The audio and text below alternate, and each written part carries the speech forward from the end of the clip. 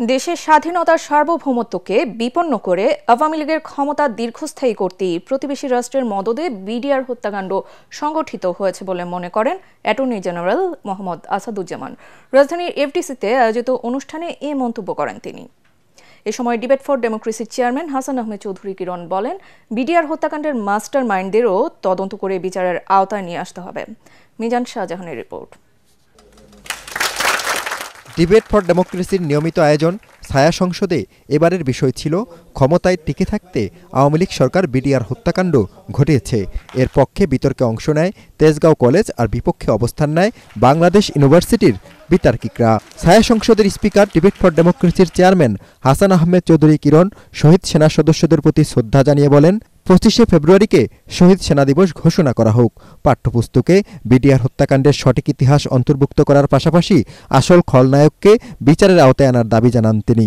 পিলখানা হত্যাকাণ্ড চলাকালে বিডিআর সদর দপ্তরের সামনে কারা বিডিআর জনতা ভাই ভাই স্লোগান দিয়েছিল তাদেরকেও ভিডিও ফুটেজের মাধ্যমে চিহ্নিত করবার জন্য অনুরোধ করছি। বাংলাদেশের সশস্ত্র বাহিনীর মনোবলকে খর্ব করবার জন্য একটি পতিত সরকার তার যে নানা রকম মাস্টার মাইন্ড এবং কো মাস্টার মাইন্ডের নেতৃত্বে হত্যাযজ্ঞ চালিয়েছে, আমরা এই তদন্ত কমিশনের প্রধানকে অনুরোধ করব অতি দ্রুত, প্রায় 1.5 মাসের বেশি হয়ে গিয়েছে, 2 মাসের কাছাকাছি হয়ে গিয়েছে, আপনি এই তদন্ত রিপোর্ট দিবেন।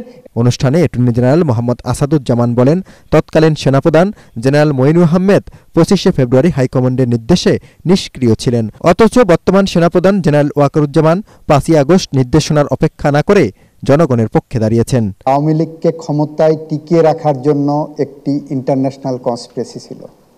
মঈনুল আহমেদের প্রচ্ছন্ন নিষ্ক্রিয়তা ছাড়া এ হত্যাকাণ্ড সম্ভব ছিল না।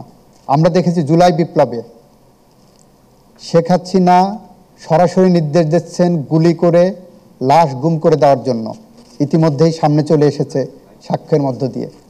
সেখানে কই বর্তমান সেনাবাহিনী প্রধান, উনি তো সেই কমান্ড ফলো করেননি। তারা বলেন, একটি প্রতিবেশী রাষ্ট্র বন্ধুত্বের হাত বাড়িয়ে দেওয়ার নাম করে স্বাধীনতা সার্বভৌমত্বের বিরুদ্ধে চক্রান্ত করছে বারবার। এ সময় সংবিধানের ৫ম সংশোধনী নিয়েও কথা বলেন রাষ্ট্রের সর্বোচ্চ আইন কর্মকর্তা। ৫ম সংশোধনী ২০১১ সালে পাশ করার মধ্য দিয়ে ক্ষমতা পাকাপোক্ত করা হয়েছে। ৫ম সংশোধনী পাশ করা সম্ভবপর হয়েছে বিয়ের রাতে বিড়াল মারার মধ্য দিয়ে।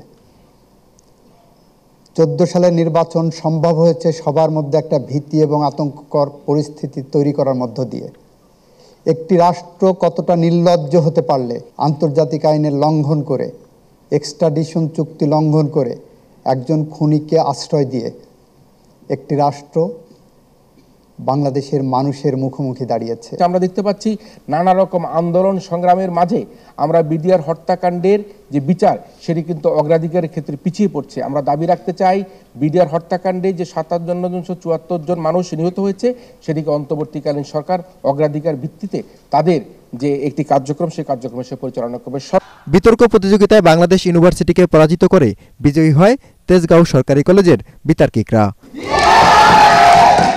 মিজান শাহজাহান, এটিএন বাংলা, ঢাকা।